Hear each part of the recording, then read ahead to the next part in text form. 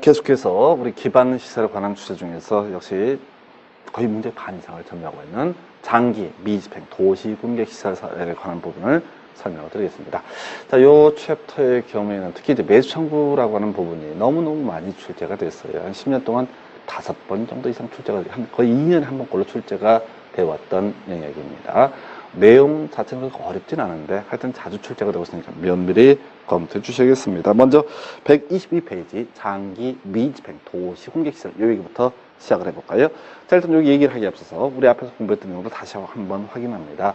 도로와 학교와 공원을 설치하기로 결정합니다. 그럼 뭐라 부른다? 도시 공개시설 결정이라고 부르게 됩니다. 자, 그럼 도시공개시설 결정했으면 토지 소유자한테는 어떤 규제? 건폐율제로, 용적률제로, 즉 아예 건물을 지을 수가 없다라고 설명을 드렸습니다. 예, 거기서부터 얘기 시작이 되는 거야. 자, 그런데 이렇게 규제가 강력한데 사업이 빨리빨리 진행이 안 되는 경우 등이 존재할 수 있습니다. 예, 그때 바로 문제가 되는 것이 바로 도시공개시설 결정의 해제라고 최근에 우리 법조문에 들어왔고요. 사실은 이 챕터의 경우에는 숫자 한 2개 정도는 외우시면 되겠습니다. 개정 볼까요? 자, 도로학교 공원부지로 결정 고시가 되어 있습니다. 이반 결정 과정 통해서 결정을 했어요. 그런데 이게 사업이 진행이 안 되는 경우가 있단 말이죠. 오랫동안 묶어만두고. 그래서 우리 법에서는 이렇게 표현합니다. 지자체장은요, 도시공개시설을 설치할 필요성이 없어진 경우 또는 10년이 지날 때까지 사업이 시행되지 않는 경우 이 내용을 지자체, 지방의회에 보고를 해야 된다 해서 사업이 진행이 안 되고 있다. 그럼 뭐 10년 이상 너는 더 이상 설치할 필요가 없다고 판단하면 지방의회에 보고. 뭐 내용 별거 없어요. 뭐 사연 그다지 뭐 10년 이런 것도 어렵지 않고요.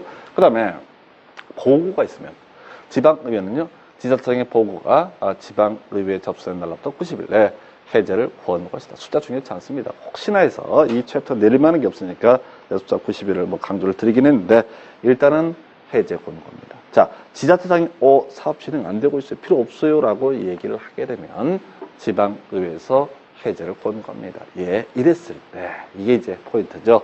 도시공개시설 등의 해제를 권고받은 지자체장은요, 해제할 수 없다고 인정되는 등 특별한 사유가 있는 경우를 제외하고는 그 해당 장기미집행 도시공개시설 등의 해제 권고를 받은 후부터 1년 내에 해제를 위한 관리계획을 결정을 해야 된다 해서 여러분 교재에는 123페이지에 1년 내 관리계획 변경 결정이라는 표현 나와 있죠. 그래서 23회 때인가요? 바로 24회 때, 23회 때인가 보네요. 바로 이 1년이라는 숫자를 가지고 시험 문제에 구성이 되어 있습니다. 거기에 표현들 뭐라고 나와 있어요. 자, 거기 뭐 시장 군수는 만약에 도지사 결정 관리계획에 대해서는 도지사의 결정을 신청해야 되고 도지사는 1년 내에 그 관리계획을 결정해라고 되어 있죠. 그래서 여기서 포인트는요, 이 1년이라고 하는 것을 가지고 시험 문제 구성을 했습니다. 앞쪽 뭐 한번 보시면 큰 내용상 어려운 점 없고요. 1년 내라고 하는 거예요. 내릴만한 게 이거밖에 없었고요. 그리고 하나 더 욕심부릴 게 재보고, 2년마다 재보고 얘기. 자, 이거죠. 지자체장은요, 지방의회 보고한 장기 미집행 도시공개시설 등 중 도시공개시설 결정이 해제되지 않은 경우 최초로 보고한 때로부터 2년마다 보고를 해야 된다라고 되어 있죠. 그럼 이렇게 하는 거죠. 사업이 진행이 안 되고 있다 또는 필요가 없다라고 하면 지방의회에 보고를 하고, 그러면 지방의회는 해제를 권고합니다.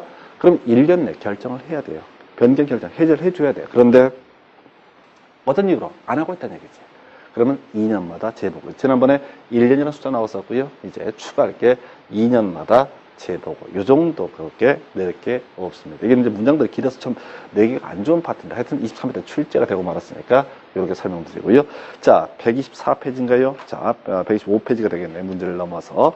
실제로 문제 구성은 다 여기에서 제일 많이 이루어집니다. 그래서 자, 거기에는 이제 그림도 나와 있지만 이게 줄줄줄 맡기셔야 돼요. 다시 갑니다. 자, 그림 여러분 교재에 나와 있는 거 설명드리겠습니다. 도시공개시설 결정 고시가 있습니다. 그 밑에 법적 결과 뭐라고요? 건축물의 건축 같은 개발 행위 허가가 금지가 되게 됩니다. 강력한 규제를 받습니다. 예, 그런데 사업이 시행이 착착 진행이 되면 좋을 것 같은데 안 되는 경우가 있을 수가 있어요. 자, 경우수 따져보겠습니다. 10년이 지나도록 사업이 시행되고 있지 않습니다. 지목이 대인 토지 소유자입니다. 자, 그러면 특히 지목대가 이제 법적인 쟁점이 될 텐데 보통 이제 지적관계 법령에서 지목이 대다라고 하면 건축물 건축이 가능한 땅이다라는 의미를 내포하고 있습니다. 그런데 도로 부지로 학교 부지로 공원 용도로 결정이 되면 아예 건물을 지을 수 없는 아주 강력한 규제를 받는 거야. 특별한 희생을 받는 자가 되겠습니다. 게다가 10년이 지나도 사업이 시행되고 있지 않습니다. 그럼 이 토지 소유자는요, 바로 소위 매수 청구라고 하는 것을 매수 의무자에게 할 수 있습니다. 우리 교재 매수 의무자 나와 있는데 시험 용어 중요치 않고요. 보통 행정청이 됩니다. 자, 매수 청구 있으면요, 이것도 시험에 나와서 6월 이내 결론을 내려야 돼요. 매수 결정을 하든 혹은 매수 거부 결정을 하든 양당 간의 결정을 내려줘야 됩니다. 그럼 만약에 매수 결정을 했습니다. 그러면 2년 내 매수를 해줘야 됩니다. 이 매수할 때 당연히 현금 보상하는 게 원칙이죠. 그런데 지자체가 뭐 돈이 없거나 이런 사례가 있어서 이렇게 사업이 지연되고 있는 것이거든요. 이런 경우, 일정한 경우에는 각서, 도시, 군, 계획, 시설 채권을 발행을 할 수도 있습니다. 즉, 이제 채권이라는 게 지방채라고 보통 불리는 부분이 될 텐데, 이 사업이 도시, 군, 계획, 시설 사업과 관련되어 있기 때문에 이 채권의 이름을 도시, 군, 계획, 시설 채권이라고 부르게 됩니다. 자, 이게 나중에 하나의 포인트가 될 것이고요. 자, 그래서 미리 빼볼까요? 이 도시, 군, 계획, 시설 채권. 현금 안 주고 각서를 줄 수 있는 경우, 첫 번째, 토지 소유자가 원하는 경우에 그렇게 할 수 있습니다. 또 원치 않아도 일정한 경우에는 채권 발행할 수 있습니다. 원하는 경우는 법적으로 정지하면 안 되고요. 과거에는 이렇게만 나왔었죠. 원하는 경우에 한정해서 뭐 이렇게 채권을 발행할 수 있어서 틀리게 이렇게 뽑았던 기억도 있는데, 자, 이거죠. 원치 않습니다. 근데 강제로 채권 발행하는 케이스가 부재 부동산 소유자의 토지로서 그 가격이 3천을 초과하는 부분. 자, 요건 이제 나중에 교재가 다시 한번 확인해 드릴 텐데, 이런 얘기예요. 이 부재 부동산 소유자의 토지라는 게 시험에 물어보지는 않습니다. 그래서 이것을 의미는 했습니다. 지금 어떤 사람이 매수 청구를 했는데, 이 사람이 살고 있는 집하고 이 문제 토지가 20km, 즉 멀리 떨어져 있다라고 했을 때 3천을 초과하는 부분, 즉 1억 원을 보상을 해야 된다라고 하면 원치 않으면 일단은 3천까지는 현금을 줘야 됩니다. 근데 그 남는 부분은 어떻게 할 수 있다? 자, 7천만 원 각서로, 즉 도시군계시설 채권으로서 발행을 할 수가 있습니다. 기타 이 채권 발행은 10년에 법률에서 상환하고 자세한 사항은 조례로 정하게 되어 있습니다. 또 하나가요.